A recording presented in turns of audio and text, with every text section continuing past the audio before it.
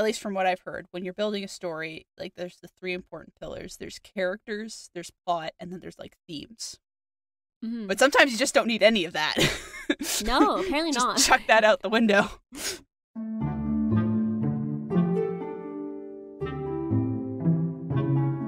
Greetings, travelers! Welcome back to Tales from the Enchanted Forest with your animal companions Fox and Sparrow. Top of the morning to you. It's March, so we went on theme this month with our story. Okay, it's fine. It's fine. We got this. This is the energy we're just starting off on. It's gonna be great, travelers. I promise. Like, we don't care if you're having a top of the morning, because we are. I mean, technically for me, it is absolutely top of the morning to you. So, hope you're all having a great day. So, if you've been following us on Twitter or over on Mastodon, then you will know that we have brought you this fantastic tale from Ireland today. This story comes from Peter Henry Emerson's Welsh Fairy Tales and Other Stories, as were relayed to him and through his notes on William Williams' observation on the Snowdon Mountains. However, I promise you, despite the title, his collection has some French, Irish, and other tales as well. So this tale is called Billy, Duffy, and the Devil. And it relays a Faustian pact where a character makes a bargain with the devil, but also it's one of those folk tales that explains the creation of a natural phenomenon. You'll have to listen to the end of the story to find out which one, though. Very much like our Why the Sea is Salt, you're following the tale, and we've mentioned now that like it's an explanation story, but you're gonna forget about it halfway through, and at the very end, you'll be like, wait, where is it? Ah, here it is. Okay, cool. I get it now. Honestly, like the Sea is Salt, I remember that one just being absolutely bonkers. And then this one as well. When you sent it to me, I was just like, what is happening in this story? It's very tropey, but also catches you off guard. But it's also quite long. Like, it's not just like one event happens. A series of events happen and they all just kind of compound. So it's one of those ones where it's like halfway through, you kind of ask yourself, why? Why is the story being told? And honestly, the answer, I think, is just because it's so much fun. Yeah, this story is just a fun story. Sometimes we have like educational stories or things that are trying to be philosophical in its own right. This one's just like, no, what if we had lots of fun? And at the end, someone's like, I thought you were going to explain this thing. And they're like, shut up, here it is. It's like, there's the explanation. Now back to the story. I think that's what makes it fun. Sometimes we do deep dives on, St. George and the Dragon. We do literary analysis of things like Beowulf. And then sometimes we're like, you want to hear about Billy Duffy. And there's no option to skip this episode. You have to listen to it. It is going to make your spring that much more springy. Yeah, you'll have a spring in your step after this. It'll be like, yes. So, you want a story? Well, it just so happens that we have one. So let's make a deal. But don't worry about the details. The devil isn't there. But he is in today's tale of Billy Duffy and the Devil. There was once an Irish blacksmith named Billy Duffy. However, if you were looking for Billy Duffy, you were more likely to find him at a pub rather than his forge. You see, our friend here was a bit of a drunkard and would only work to earn some coin to fund his hobby. Once he had some cash, he would drink until he was flat broke. After which, he would return to work only to repeat the process. One day, Billy Duffy was walking home after one of these drinking binges, and he felt awful as he was a bit soberer than he usually was and cried out, "By God, I would sell myself to the devil if I could get some more drink." Seemingly out of nowhere, a tall gentleman dressed in black approaches Billy Duffy and asks, "What did you say?" I wonder who this could be. Probably normal, not at all important guy, just coming out of the shadows. The devil just hangs around waiting for people to summon him. It's kind of sad. It's like, are you the devil or are you a genie? Pick.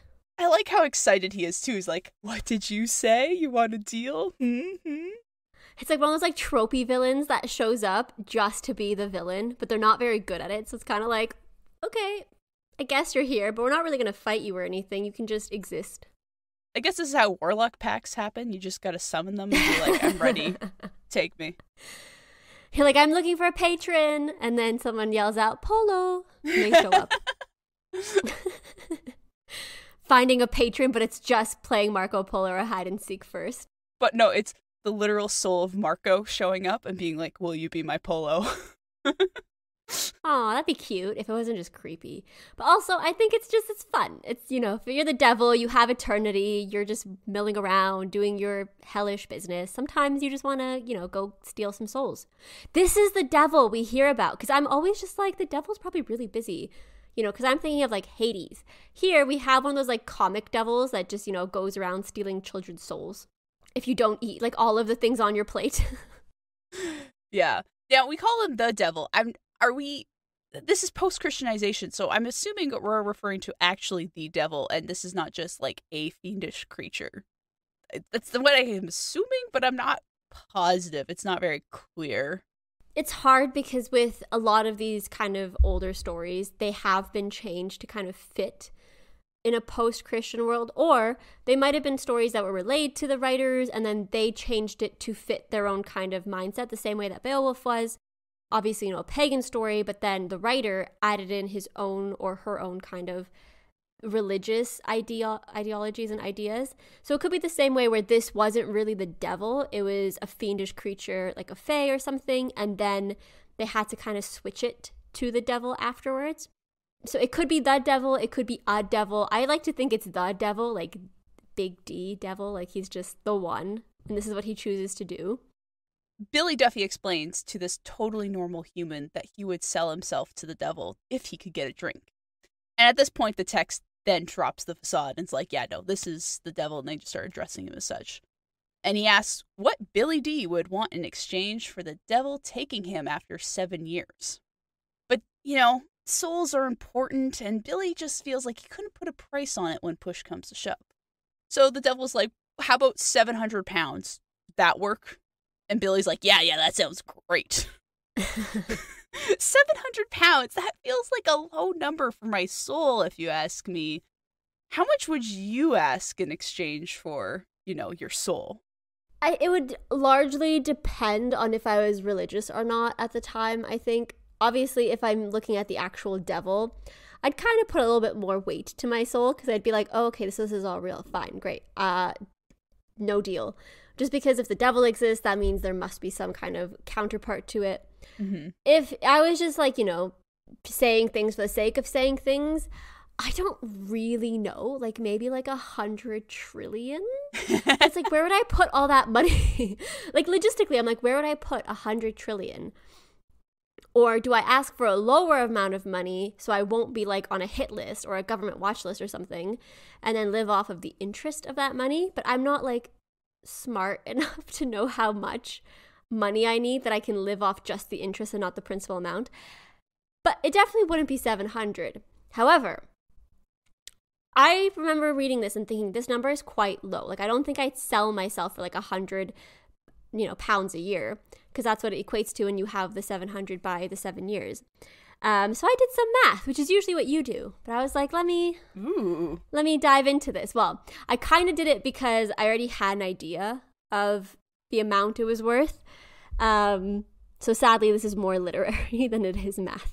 Well, this is why you were more willing to do it. And I was like, I'm sure it's fine. Well, because I have a book. Ooh. So Emerson collected these stories in 1891 and 1892. That's not the date of publication, but that's the date in his foreword where he says that he was in Wales and these stories were collected. Now, I've read a bit about wages in the Victorian era and afterwards because we studied Charles Dickens extensively in university, and obviously he writes a lot about the class struggles. And one of the sources we used was A.L. Bowley's Wages in the United Kingdom in the 19th Century. Obviously, I'll link the book and the charts in our website show notes. But for context, in the 1860s to the 1900s, wages for good blacksmiths averaged about £50 annually in Wales. And this is a general number based on the censuses and notes provided. And obviously, blacksmiths weren't just people like Billy Duffy who worked in the actual blacksmithy, but people who also worked with them. And depending on how talented you were and how big your kind of area was and your business was, you would hire assistants and other people to do the actual work for you. So this is just an average number, about £50 a year. And this is considered a really good salary. Like £50 a year is a good salary to have for someone who's working class. So Billy Duffy probably went from about £50, assuming he's a good, blacksmith, which I don't think we can, but let's say he was. And there was lots of work. He was making £50 and he is now making about £100. So he's doubled his salary and he's not having to do anything with it. So he doesn't have to rely on work. He's not relying on getting projects done. He's just been given £100, which is mind-blowing. And then just for context, using the English pound, so £700 in 1891 would equal to about £70,000 today. So it's still not a lot considering today's kind of buying power, and the price and the cost of living obviously has gone up. So I'm not sure if I would do it for about £10,000 a year. But if it was double my salary a year, I would do it. Just, hypothetically speaking. just throwing that out there in case anybody just wants to show up, pop into existence out of nowhere and being like, hey. Well, listen, apparently the devil isn't doing much. So I'm like, hey, if you're listening, I'm around. Hey-oh.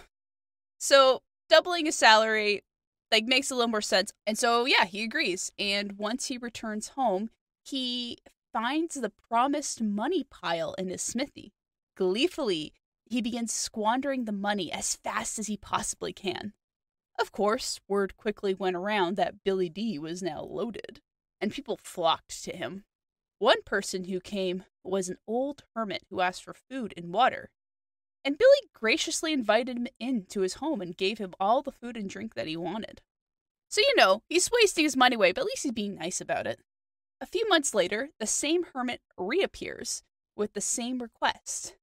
Again, Billy welcomes the hermit in, and they eat and drink together before he is completely full.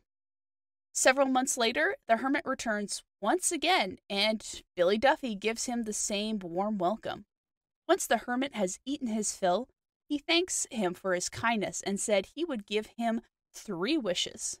Surprisingly, Billy spends the night contemplating what his wishes will be. By the following morning, he tells the hermit that he is ready. I mean, this is like a classic 3 wishes kind of trope. Oh, yes, we're here. 3 wishes. And it's unlike the genie, he doesn't give the restrictions. Like, I can't kill anybody. I can't, get them to fall in love with you. Billy Duffy might be one of the luckiest people in the world. He's like, I'll sell my soul to the devil appears. And then out of doing nothing, he does nothing to summon this hermit. The hermit just appears as well and gives him these 3 wishes. I wonder if the hermit is just the devil, let me just give him these 3 wishes. He'll wish that he doesn't have to deal with me anymore, and then I have to do this. But obviously not. So if this is originally Irish tale that's been changed post-Christianization, I think we can assume that these are just different fairy and fae creatures that are probably chaotically working against each other, is what I would assume. I feel like that makes more sense in the grand scheme of things. But I definitely choose to believe that this is some sort of fairy-like creature that's here to be chaotic. After having thought about these wishes, he points to a big sledgehammer that he uses for his smithing. And he wishes that whoever holds the hammer will continuously strike the anvil and never break it until he commands them to stop. Now, if you think this is a terrible wish, you are not the only one. The hermit tells Billy straight up that this is a terrible wish, but Billy insists that it is brilliant. For his second wish, he wishes for a purse that no one can remove whatever he puts in it. This wish seems a bit better. It kind of reminds me of a bag of holding, which can be very handy. But the hermit thinks this is another wasted wish and tells him to think carefully about his last one. Billy explains that he has an armchair in his home, and he wishes that whoever sits in it cannot leave the chair until he allows it. While the hermit complains that all these wishes were not good, Billy was very happy with himself and argued that, no, these will be good. I will make them into good wishes. So we have a cursed hammer and a bag that no one else can take stuff out of except for him, and a cursed armchair. Not exactly what I would pick, but, to each his own, I guess. I feel like there are better ways to get the exact same results, and this is just like a convoluted way to do it. Exactly. This just seems like, in the very beginning we did say, like, this is just one of those nonsense stories that are told to be funny. Yeah. And obviously, we have the rule of 3, so we have the 3 wishes, and then 3 events need to happen. It's just ridiculous, though. It's kind of like, why? Why is all of this happening? You could have just finished this by asking for a sensible wish. But then we wouldn't have this story, so... Could he not make a wish to break his pact with the devil and be like, I just want to keep my money and not face the consequences? Was that not an option? And then for his second wish, then he could ask for infinite money. Yeah. I feel like that way it's a win-win without this whole devil embarrassing thing. But maybe this is just what he wanted to do. He wanted this to be humiliating for the devil, and he wanted to show him a lesson. What if this hermit actually knew about the deal with the devil, and it was his goal in life to go to everyone who made a deal and try and get them out of it, and he's just waiting desperately, just tell me to break it. I can do it, man. Let me at it. And he's just like, nope, not gonna do that. Okay, sure. He's trying to help him. Oh, poor hermit. And so time passes, and 3 days before the 7 years were up, the gentleman enters the forge to see Billy working away. Because to no one's surprise, Billy had already spent all his money. So the gentleman tells him that he could have as much money as he wanted for his last 3 days. So on the final night, Billy went to his favorite tavern and told all the other drinkers there that he would give them £1 so that they would have money to drink. Placing his tankard in the middle of the table, he wishes for £20. At that moment, a fireball crashes through the ceiling, and 20 sovereigns land in his tankard. Everyone was stunned at the sight of the fireball and the explosive sound that accompanied it. Naturally. I'm glad some people have some common sense to be surprised by these things. But nobody decided to think really hard about this since now they had money to drink, so they drank the night away. I feel bad for the tavern owner, though. There's now just suddenly a hole in his roof. He's making money, so he should be fine. He can just be like, oh, Billy, I'll just add this to your tab. A renovation. Yeah. Just a quick note here. Sovereigns is a type of coin that was used in British currency during the 1800s, and it was essentially equivalent to £1, as we kind of see here. So yeah, just kind of a fancy coin, really. Yeah, and then of course, afterwards, British currency and the Irish currency, and it became a mess, didn't it? The next morning, Billy was working away in a smithy, making a pair of horseshoes. The devil entered and told him it was time that he took him. Billy agrees, but asks the devil to take his sledgehammer and help him finish this last job. Of course, when the devil picks up the sledgehammer and starts hammering, he finds that he cannot stop. Billy D laughs and locks him in the smithy for 3 days straight. When he returns, the devil acknowledges that he has been tricked and offers Billy 7 more years, twice the money, and 2 days' grace for wishing what he would like. Billy accepts, releases the devil, and spends his second fortune as quickly as the first. It's always ironic to me that in all of these tricking the devil stories, it seems like the devil is really, really gullible and sometimes just plain stupid. And again, we mentioned this a bit earlier, but it could be because they've just swapped out the whatever pagan creature was there before, whatever mythical creature was there before with the devil to make it make sense with Christianity. But it's just so odd because I'm like, you would expect the devil to be a little bit smarter at least. Mm-hmm. At least give him a fair shot. I get they're supposed to be comedic and funny, but it's kind of like, please, don't be... I feel sympathetic to the devil at this point. He made a deal. He's holding to his promise. He gave Billy 7 years of, worth of money, and he left him alone. He gave him the 3 days before to have as much money as he wants. And he's just getting screwed over time and time again. So I'm just kind of like, whose side am I on? Yeah, this doesn't really make me as afraid of the devil as just afraid of humanity. So I feel like it's a really weird move to be like, yeah, it's not a fae creature. It's a devil. It's like fae makes more sense. It definitely does. It does, because you're like, you can out trick, a creature. Yeah. But the actual devil, I have a little bit of a hard time believing you can just trick him. Exactly. And this is where I come back to, I'm not sure if it's the devil. I feel like it has to be a devil, because it just feels really weird. But either way, it's really interesting because this is not the only time it happens in fairy tales and folklore. Like, I feel like there's other stories I've read too where the devil's getting tricked, and it's like, well, this is stupid. Like, sometimes it's a really clever way it's done, but not always. Here it's just silly. I just feel bad. I'm just like, the devil keeps coming over, trying to do his job, and he's just being bullied. To be fair, at this point, the devil seems more like the Reaper, and I'm sure they must have been, similar entities or whatever. But it does seem like he's playing more of the Reaper role, kind of like we see in some modern day media, like with J.K. Rowling's Tales of the Beedle Bard.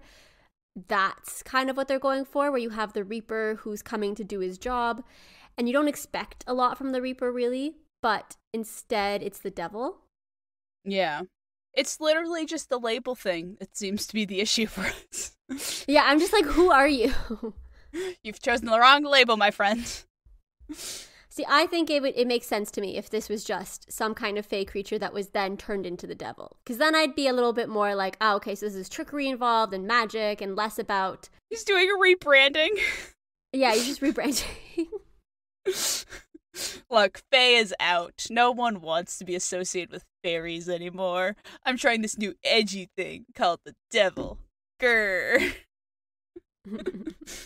Oh my gosh, it's just a teenage fae creature going through angst. Okay, I'm okay with this Mom, now. I'm different now. I'm different now. I'm not like you. You just tricked people sillily. I'm gonna be serious when I trick people. Devil, fae, Grim Reaper, whatever you call him. He leaves well enough alone, and 7 years pass. So, once again, Billy Duffy returns to his favorite tavern on his final night. But this time, he wishes for only £5. At the moment of his wish, a little man enters and spits the sovereigns into his tankard. Not as dramatic as the fireball, but at least there's no damage to the building this time, so everyone drinks the night away. The following morning, Billy returned to his smithy. The devil, who has rightly become suspicious of Billy, disguised himself as a sovereign and appeared on the floor in front of him. But somehow Billy D knew it was him. So he picked up the coin and put it in his magic purse. Placing the bag on the anvil, he begins to hammer it, and the devil cries out in pain, begging him to stop. Long story short, Billy gets 7 more years, 3 times the original sum of money, and 1 day's grace where he can wish for whatever he likes. Once again, he wastes and gambles the money away long before the 7 years are up. And once again, he goes to the same tavern for his final night, and this time wishes for a tankard full of sovereigns. Now, this time there's no fireball, there's no just little man. This time, a straight-up fiendish creature appears to give him the money. Seeing this little fiendish creature enter the tavern, people finally start to ask Billy about what's going on, but he quickly dismisses them. This is the thing I love about the story, is there's always these questions I have about, like, what about the people around him? Do they acknowledge this or whatever? But there's usually a person in the story echoing that. Like, there's a guy in the tavern going, everything okay, Billy? This seems kind of crazy. He's like, nah, it's fine. Don't worry. I'm not worried. Or, like, I say, this is a stupid wish. And the hermit's, like, there to back me up and be like, yeah, this is a dumb wish, dude. I like the confidence, though. I like that he's just able to say, don't worry, I got this. And then goes toe-to-toe with the devil. It's so weird because there's nothing else about him that indicates he's really that smart or clever, but somehow he is? I don't know. It's the lazy smart people, the ones who want to do as little work as possible, but they have the cleverest ways of getting around it. Fair. There's always that one person in your life you're like, how on earth are you living that lifestyle? And I know you don't do anything. Exactly. You're like, why are you on vacation all the time? And it's just because they're smart. They're lazy, but they're smart. The following morning, he goes to his smithy, but the devil doesn't go anywhere near it. He's just like, nope, not touching that with a 10-foot pole. So, after a while, Billy goes home and begins to quarrel with his wife. Now, I really love how stories will just randomly add a spouse character into the mix late in the story. This has happened several times. Based on Billy's work ethic and his personality, I just assumed he was single up to now. But I guess he's married this whole time, and she's never been important till this moment. Do you think she knew about this devil business? I mean, she had to have known that he's spending lots and lots of money at the tavern and yet not spending any time at work. So you'd have to guess, like, where is this money coming from? Maybe she's okay with it. Like, times were different. She was like, all right, he's going to the pub after work. It's fine. Billy! Billy! Why are you not at work? Why? Everyone says you're a drunkard. Oh, you bought me a nice hat. All right, I'm fine with this. Honestly, it sounds like Billy was not a hard worker, so I doubt they were even making the 50 pounds a year. So now having more money might be nice. And also, like, he did say earlier that he had lots of food and drink and stuff at his own house as well that he was able to share with the hermit. So if your husband was a lazy do-nothing and now he's a rich do-nothing, you're kind of like, well, this is better. I suppose it's just an improvement on your life in general. Anyways, she's never mentioned again. We just find out that he's quarreling with his wife. The only part we need.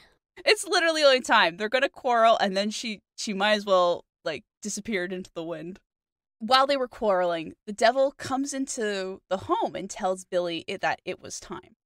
Billy D says he wants to finish putting a few papers together and will not be more than 2 minutes.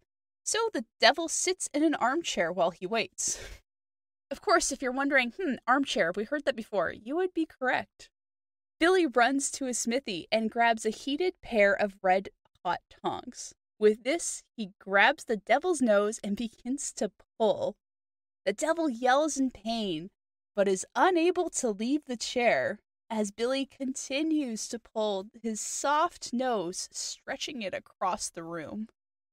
See, I remember when I read this, I was like, I've heard of this nose stretching business before.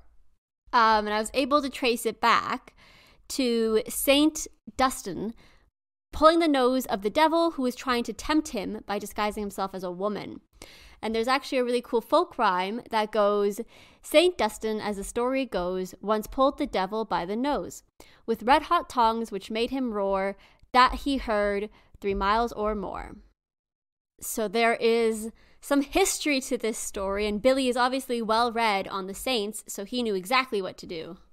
Exactly what I expected from our boy Billy here, to be well read up on the saints. Of course. But yeah, I do like that. I appreciate that he's taking something he's already heard and just applying it, being like, yes, this makes sense. And it does work for him. I did not know that folklore. All I was thinking of was Pinocchio. And I was like, yes, the other nose. That's the closest thing I got. There's nothing to do with lying, really, in this. Trickery, sure, but it's not the same. It's a stretch, like his nose. The devil's shrieks echo throughout the village. For days it continued as Billy went about his business, not letting him leave the armchair. Finally, the devil calmed down and asked what Billy Duffy wanted. He told the devil he wanted to live the rest of his life without him, and to have as much gold as he liked. The devil agreed, and so Billy released him. Billy quickly became very rich and lived to a very, very old age. Eventually, Billy Duffy passes away, and his soul goes to the gates of hell. The clerk asks for his name, to which he responds by saying he is Billy Duffy. The devil, who is nearby, hears this and orders the gates to be double locked, for Billy Duffy would ruin them if he got in. Imagine having that power that the devil hears your name is like, nope, nope, nope, nope, get out, out, out, out, out. You're not allowed to be here. You're going to ruin everything. Says the devil to you. It's some power move right there. For some reason, there was a pair of red-hot tongs nearby, so for old time's sake, Billy grabs the tongs and pulls the devil's nose once more. This time, he pulls off a small, hot red piece of his nose in the tongs. That's just mean. That's right? just mean. There's no reason to do that. I'm more confused that there was a red-hot tongs just lying around to begin with, but then to be like, in for a penny, in for a pound, is kind of just so rude. He's just so mean. I could see why the devil's kind of like, I don't want you around. An eternity with you? No, thank you. You're too mean for me. Taking his cue to leave, Billy runs to the gates of heaven. St. Peter asked who he was, and he told him he was Billy Duffy, the blacksmith. St. Peter tells him that there is no admittance for him, as he is a bold and bad man. Billy wanders back to Earth as he helplessly wonders what he should do now. Soon after, he and that piece of the devil's nose melt together into a ball of fire. They say he still roams the earth today as a will-o'-the-wisp. And that is our story of Billy Duffy and the devil. And the question we were all asking when we first started, where do will-o'-the-wisps come from? Yes, of course. I read the title and I was like, this is the unexpected plot twist I am waiting for. Right? But you see what I mean when I say there's just so much packed in this story. Like, we have the 3 wishes, we have the hermit, we have the very obvious drinking problem for some reason. Yep. We have fireballs and little, like, messengers, and we have the devil. And then there's like this entire side plot where we're wondering where his wife's been the whole time. Yeah. She shows up for 2 lines and then is gone, never to be spoken of again. But I think this is a really good one to start kind of a lighter month, obviously, because, you know, the winter months are quite heavy and dark, and you want kind of more serious stories to keep you warm, or, like, you know, fun stories. But this is just a ridiculous story to be like, happy March. I hope your March is full of silliness, because the story is just crazy. Whenever I find a story, I always am trying to find, like, silly stories or stories that I think are just random and different. They might not be straight up silly. Like, the last one I picked was the Daughter of the Sword, and I just remember seeing that antagonist being like, this is a crazy antagonist, we need to talk about him. Everything was insanity from, like, sentence 3 or something. It was like, yes, we are doing this story. I like it. I like the stories that catch you off guard, because as a listener of podcasts, and specifically, like, storytelling podcasts, I like to hear things that make me just, you know, that face you make when something is just weird, and you look at your partner and you just kind of make that, like, scrunched up face where you're like, what is happening? Did we just hear the same thing? I like podcasts that do that. I like stories that don't make sense, that, you know, we're part of a time that we told stories like this. And you know what? I think there's lots of podcasts that talk about, you know, the Greek myths and literature. So it's nice to have just random stories from around, like, we should be tales from the random void. Like, we just pick random stories, no matter what the culture is, what time period it's in. We're just like, let's find weird stories to share. Yeah. But not just that, like, anyone can make a ridiculous bonkers story, but then it needs to, like, survive. Like, this story survived. Yeah, someone told Emerson this story. Like, someone sat there and told Emerson this story, and he wrote it down. Can you imagine, like, collecting stories and being like, okay, like, just give me, you know, your Welsh stories? And someone's like, well, I don't have a Welsh story, but I have an Irish story. And you're kind of like, okay, that's not really what I'm looking for, but all right. And then they tell you this story, and you're kind of like, right, I have to put this in my book. This needs to go in my book. My book on Welsh fairy tales. Yeah, I think it was probably, he started off with being purely Welsh stories, but then he just met enough people along the way with these insane stories, and he's like, okay, I'm just going to tack on these ones as well, but just because they're amazing. And actually, that's something I really like about some of the books we find. A lot of them are, like, obviously it'd be really nice to hear from original sources or people who are closer to the time period, obviously, of when the stories were created. But I think having story collections is quite neat, because you have these stories that were obviously told and then told again and then retold, and then someone had to tell it to the writer for them to put it in their collection of books. So it was a story worth telling and retelling. And I really hope that, you know, we, during our generations, we have stories that we tell, and then they get retold, and then they get collected, and then they get shared in the future, because I think that'd be neato. I also like looking through books like that, because then you'll read a story like this and be like, and he roams the earth today as a will-o'-the-wisp. You flip the page and it's like, now let's talk about how Mother Goose became queen of a kingdom and the donkey is her servant. It's like, there's always these jumps that happen between them, which are always just so funny for me.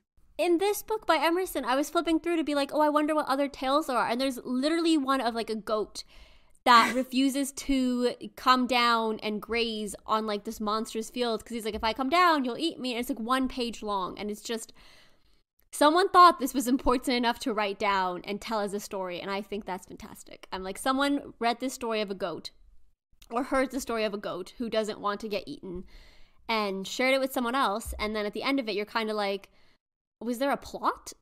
No. Were there any, characters? Not really. There's a goat and there's like this monster. Okay. But like, it's fun. I think they're just fun semblances of what makes people laugh. Yeah. At least from what I've heard, when you're building a story, like there's the three important pillars. There's characters, there's plot, and then there's like themes. Mm-hmm. But sometimes you just don't need any of that. No, apparently not. Chuck that out the window. It's like, what's the point of this story? I don't know. Did I enjoy it? Yes. Yes. Sometimes just, being entertained is enough. And then we can talk about it, why it wasn't entertaining, and break it down that way. So we can have lots of fun there.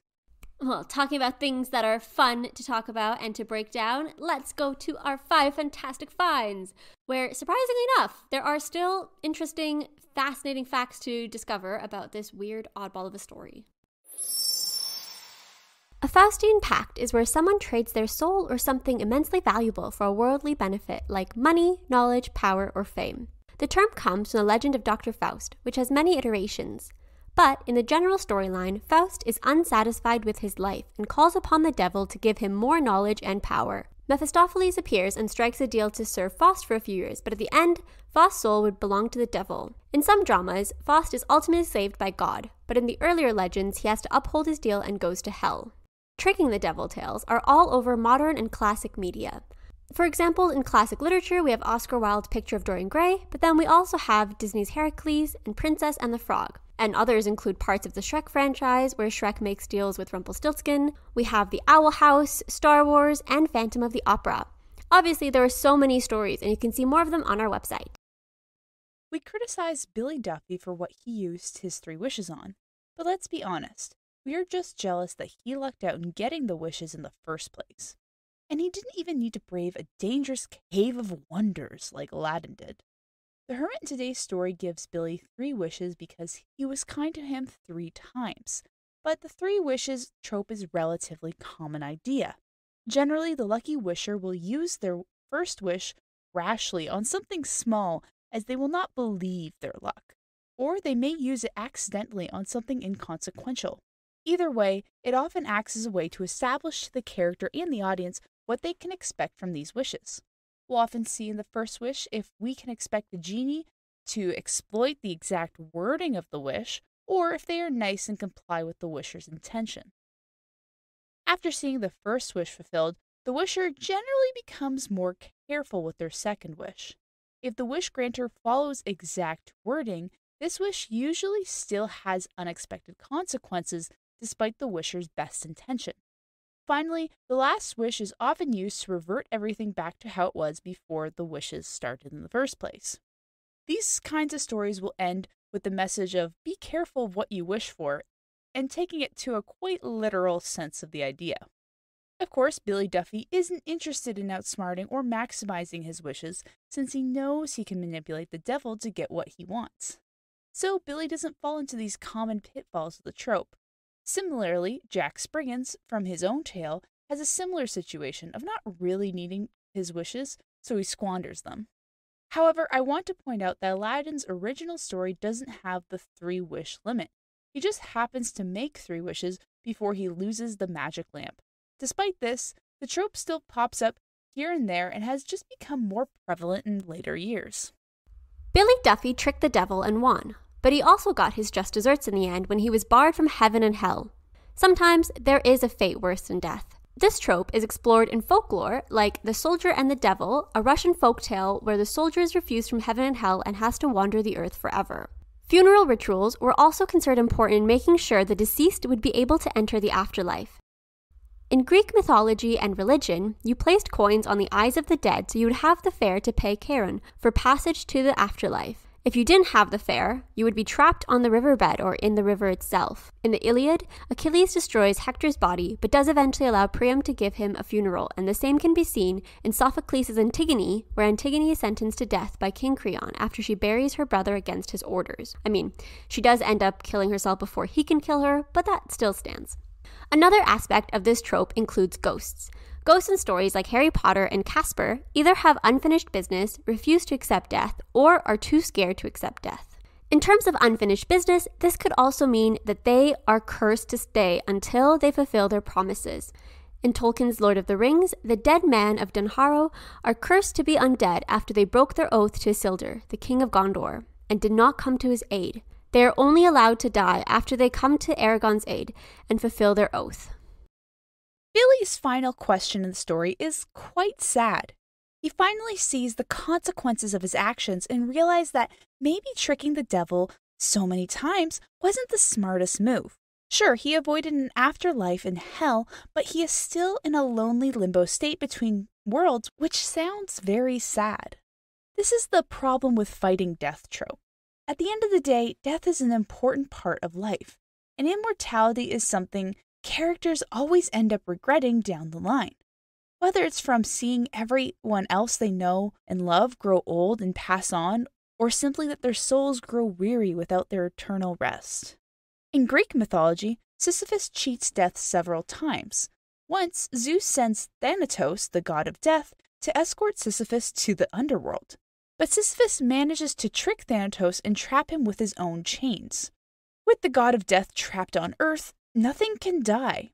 This lasts for a long time until Ares, the god of war, frees Thanatos because he is tired of his enemies just not dying. He does a couple of other things to trick the gods and ends up living a long life. The problem is that when he did eventually die and go to the underworld, he had already angered the god of death, Hades, and Persephone. And so Sisyphus was punished by having an afterlife as meaningful as his earthly life. He would forever roll a boulder up a hill, but never be able to get at the top before it rolled back down. At the end of the story, Billy turns into Will-o'-the-Wisp, a ghost light that is usually seen by lost travelers. It has many names around the world, which could be jack-o'-lantern, fairy lights, ghost lights, wandering lights, hinky-pinks, or, when they're found in graveyards, they can be called ghost candles. My favorite story about this phenomena is about Stingy Jack, which is also thought to be the possible origins of the jack-o'-lantern. The story of Stingy Jack is quite similar to the story of Billy Duffy. He appears to be an Irish man who tricks the devil twice, and as punishment, he is denied entry into heaven or hell. The devil allows him to take some hellfire through the twilight world, and Jack places it into a carved turnip to use as a lantern. When you see a will-o'-the-wisp, then you are seeing the hellfire in Jack's lantern. Other regions around the world have different explanations for this, such as in Mexican folklore, it can be witch lights, as in witches transformed into the lights to travel, or money lights, which indicate where treasures are hidden. In Japan, they could be kitsune or fox fires, and in Korea, they could be goblin fires. Despite all of the folklore, as early as 1596, people have been trying to understand the natural phenomena behind the will-o'-the-wisp. Everything from fireflies to natural gases to bioluminescence organisms have been proposed as possible will-o'-the-wisp sightings. Nowadays, we most commonly see them in video games as trail markers leading to different quest sites.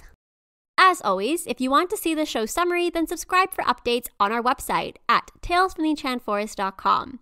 And if you want to hear more from us, join us on Twitter at FromEnchanted or on Instagram, Mastodon, or TikTok by our podcast name. For questions, comments, and guest requests, please send us an email to talesfromtheenchantedforest@gmail.com. And if you have anything to share, then please don't hesitate. Remember, travelers, if you enjoyed what you heard today and what we do here, then please give us a review on whatever platform you use to listen to this podcast. It helps the podcast grow and reach new travelers to join us on these adventures.